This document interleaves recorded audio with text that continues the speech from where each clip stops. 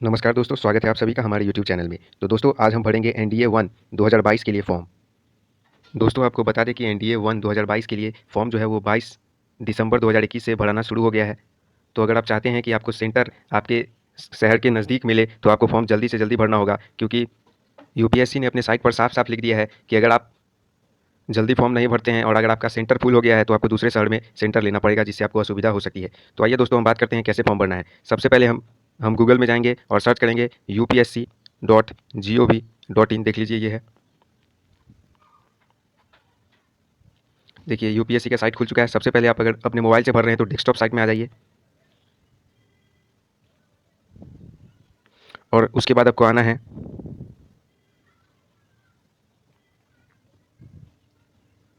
उसके बाद आपको अप्लाई ऑनलाइन का ऑप्शन दिख रहा है, इस पर आपको क्लिक करना है। अप्लाई ऑनलाइन में आपको online application for various examination में जाना है और यहाँ देख सकते हैं आप, सबसे पहला है NDA 1 national defence academy and Naval academy examination 2022। और ये देखिए क्लोजिंग डेट 11 जनवरी तक का फॉर्म भर सकते हैं 6 बजे शाम तक। लेकिन आप जल्दी भर लेंगे तो आपको सेंटर जो है आपका मनचाहा सेंटर मिल सकता है। तो देखिए पार्ट 1 रजिस्ट्रेशन हम पहले करेंगे, 2 पार्ट में रजिस्ट्रेशन करना है। तो सबसे पहले चलिए पार्ट 1 पे चलते हैं। जैसे ही आप पार्ट 1 के रजिस्ट्रेशन पे क्लिक करेंगे आपको कुछ इस तरह का इंटरफेस दिखेगा और ये कुछ इंस्ट्रक्शन दिए गए हैं, आप इसको जो है वो पढ़ लीजिए। और पढ़ने के बाद आप सबसे नीचे आ जाएंगे, यहाँ येस का ऑप्शन है और नो का येस पर हमें क्लिक करना है। जैसे ही आप येस पर क्लिक करते हैं इस तरह का इंटरफेस आपको दिखाई देगा और यहाँ आपको सबसे पहले नेम जो है वो भरना है, वो नेम जो आपके आधार कार्ड में है और आपके स्कूल में दिया गया है। ठीक है, सही सही आप भरेंगे। उसके बाद आपको जेंडर सेलेक्ट करना है, फिर डेट ऑफ बर्थ में पहले डे मंथ फिर year, father's name mother's name, nationality अगर आप इंडिया से हैं तो इंडिया से और अगर बाहर से हैं तो अदर्स सेलेक्ट करना है आपको। उसके उसके बाद आप अनमैरिड होने चाहिए इस फॉर्म को भरने के लिए। उसके बाद कम्युनिटी स्टेटस है, आप किस कैटेगरी से आते हैं वो आपको भरना होगा। और अगर आप माइनॉरिटी में बिलोंग करते हैं तो यस, और अगर माइनॉरिटी से नहीं है आप तो नो करेंगे आप। उसके बाद अगर आप SC ST से हैं तो आपके लिए फ़ीस माफ़ है, 100 रुपये आपको चार्ज नहीं लगेगा, जबकि अगर आप दूसरे कैटेगरी से हैं तो आपको 100 रुपये देना होगा। उसके बाद आपको एजुकेशनल क्वालिफिकेशन पे क्लिक करना है। एजुकेशनल क्वालिफिकेशन में यहाँ पे 4 चीज़ें दी गई हैं। पहला है कि आपने क्लास 12 पास किया है, लेकिन आपने क्लास 12 में फिजिक्स केमिस्ट्री और मैथ्स नहीं लिया था। दूसरा है कि आपने क्लास 12 पास किया है 10+2 पैटर्न, स्कूल वाले पैटर्न पे, और आपके क्लास 12 में पीसीएम था, आपने पीसीएम लिया था फिजिक्स केमिस्ट्री मैथ। तीसरा है कि आप इस साल 12 का एग्जाम देने जा रहे हैं और लेकिन आपने फिजिक्स के पीसीएम नहीं लिया हुआ है। ठीक है, और चौथा है कि आप इस बार 12 का एग्जाम देंगे 2022 में, लेकिन आपने फिजिक्स केमिस्ट्री और मैथ लिया है। तो अगर आप बायो वाले हैं, पीसीबी वाले हैं, तो आप इस पर क्लिक करेंगे, इस पर। और यदि आप क्लास 12 पास हैं तो आप पास पे टिपेंगे और ये देख लेंगे कि आपका पीसीएम था या नहीं था उस हिसाब से। उसके बाद आपको एड्रेस पढ़ना है, तो सबसे पहले यहाँ पे एड्रेस पढ़ेंगे। एड्रेस में एट और अपने गांव का नाम, विलेज का नाम डालिएगा। उसके बाद लाइन 2 में आना है तो यहाँ पे आप पोस्ट डाल दीजिए, पोस्ट स्पेस दीजिएगा और अपना पोस्ट लिख दीजिए। उसके बाद फिर पुलिस स्टेशन डाल दीजिए। यहाँ स्टेट आपको सेलेक्ट करना है, आप किस स्टेट से हैं। उसके बाद आप किस डिस्ट्रिक्ट से है और आप जो आपने एड्रेस डाला है वहाँ का पिन कोड, और एड्रेस आपका स्थायी एड्रेस होना चाहिए, परमानेंट। ठीक है, उसके बाद आपको मोबाइल नंबर, अगर आपका फ़ोन नंबर भी एरिया कोड है, ये ऑप्शनल है, ये आप नहीं भी भर सकते हैं अगर आपको नहीं पता है। मोबाइल नंबर आपको भरना है। उसके बाद आपको एक वैलिड ईमेल, जो कि आप ईमेल यूज़ करते हैं, जो आपके मोबाइल में खुला हुआ है, वो ईमेल आपको भरना है।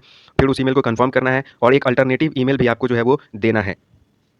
उसके बाद जब आप सारा चीज़ कर लीजिएगा तो एक बार फिर से पढ़ लेना है आपको शुरू से, और उसके बाद आपको कंटिन्यू कंटिन्यू। तो जैसे ही आप कंटिन्यू वाले ऑप्शन पर क्लिक करेंगे आपको कुछ इस तरह का इंटरफेस खुलता दिखेगा। इसमें सबसे पहले आपको आधार, फोटो आइडेंटिटी कार्ड, फोटो पहचान पत्र जो है वो सेलेक्ट करना है। पैन कार्ड या फिर आधार कार्ड या फिर जो भी कार्ड है आपके पास वो देना चाहेंगे तो आप आधार कार्ड सेलेक्ट कर सकते हैं, और जो भी कार्ड आपने सेलेक्ट किया है उसका आपको नंबर डालना है। तो आपने अगर आधार कार्ड सेलेक्ट किया है तो आधार कार्ड का नंबर यहाँ पहले में आधार कार्ड का नंबर डालना है और फिर उसमें अगले में भी उसको कंफर्म करना है। उसके बाद नीचे फिर प्रेफरेंस है एनडीए और एनी एग्जामिनेशन के लिए कि आप किस चीज़ को प्रेफरेंस देना चाहेंगे, आपको किस चीज़ में जाना चाहेंगे। अगर आपका एग्जाम जो है वो निकल जाता है तो वैसे ये चुनाव आप बाद में भी कर सकते हैं, लेकिन यहाँ आपको डालना होगा। तो आप 1 2 3 4 इस तरह से डाल सकते हैं कि आप सबसे पहले नेवी पर फोकस कर रहे हैं, नेवी को वरीयता देना चाहेंगे तो आप 1 नंबर नेवी पर डालेंगे, 2 नंबर एयरफोर्स, इस तरह से आपकी चॉइस हो सकती है। उसके बाद है कि did you ever fail in CPS, के आपने इससे पहले कभी पायलट एग्जामिनेशन इस तरह का कुछ हुआ है तो आपने उसमें फेल किया है, मतलब भाग लिया था क्या, तो आप फेल किए हैं क्या, तो आप लिखेंगे कि यस या नो, ये आपका उत्तर होगा। अगर आपने कभी एग्जाम ही नहीं दिया तो नो लिखेंगे आप। उसके बाद अगर क्या आप ग्राउंड ड्यूटी ऑफिसर के रूप में आपको कंसीडर किया जाएगा अगर आपका एग्जाम क्लियर होता है, तो अगर आप चाहते हैं ग्राउंड ड्यूटी ऑफिसर में जाने का तो आप यस कर सकते हैं, नहीं तो आपको नो करना है। उसके बाद क्या आप सैनिक या मिलिट्री स्कूल से पढ़े हुए हैं, आप उसके स्टूडेंट हैं, तो आपको यहाँ पे अगर हाँ यस, अगर आप पढ़े हुए हैं तो यस करना है, नहीं तो नो। उसके बाद क्या आप किसी जेसीओ एनसीओ या कोई अदर अधिकारी के जो है वो घर से आते हैं, उनके बेटे बेटी है, तो आपको यहाँ पे यस या नो करना है। उसके बाद दोस्तों आपको कंटिन्यू आगे बढ़े पर क्लिक कर देना है।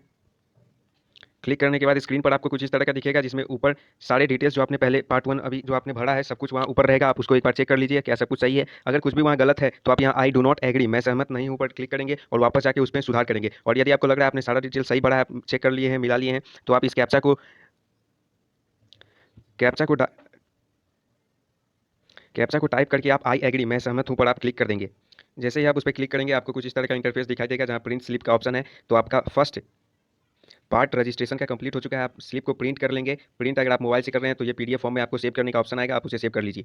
उसके बाद आपको click here for part 2 registration. Part 2 registration के लिए आपको यहाँ क्लिक करना है और पार्ट 1 रजिस्ट्रेशन के होते ही आपकी ईमेल आईडी और मोबाइल नंबर दोनों पर या फिर दोनों में से किसी एक पर जो है वो रजिस्ट्रेशन आईडी पहुंच गया होगा यूपीएससी के थ्रू, और उस रजिस्ट्रेशन आईडी का अब आपको पार्ट 2 में काम पड़ेगा।